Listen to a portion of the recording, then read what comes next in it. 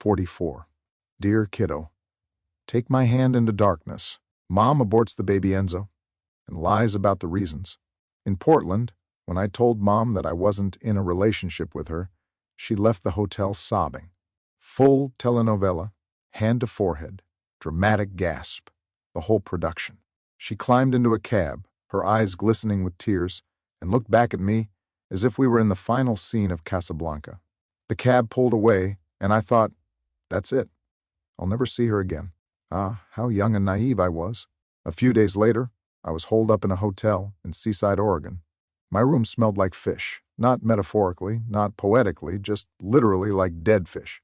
I assumed it was either a byproduct of being close to the ocean or the result of a long-term housekeeping strike.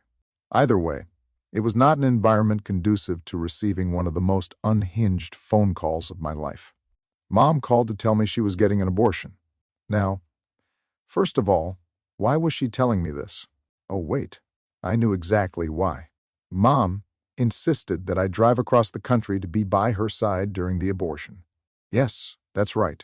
She wanted me to cut my road trip short, abandon my carefully planned escape, and traverse multiple time zones so I could hold her hand while she aborted another man's baby. I scoffed at the idea.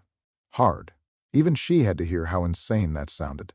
Then, she proceeded to tell me that the night before, she had taken a bubble bath and asked the fetus for forgiveness.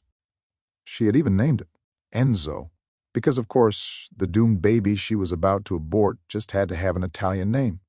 Because why commit a sin when you can commit a sin with a little Mediterranean flair? And then, the next day, whoever Enzo was, whoever his father might have been, was snuffed out. At first, Mom said it was because she had an ectopic pregnancy, a medically necessary abortion. But later, it became abundantly clear that it wasn't ectopic at all. She just didn't know who the father was, and decided she wasn't about to deal with 9 months of mystery DNA roulette. Now, here's the thing. Mom was always a huge fan of abortion, but after this, she became even more of a fan. This is a common psychological and emotional coping mechanism. A woman who has an abortion under such complicated circumstances will often double down on its importance, necessity, and essentiality to a woman's life. So, in the aftermath of this highly questionable series of events, Mom rebranded herself as the Joan of Arc of reproductive rights. It wasn't just a medical procedure, it was a cause, a crusade, a fundamental pillar of her existence. Because otherwise, she'd have to reckon with the actual reasons she got that abortion. And reckoning? Not in Mom's skill set.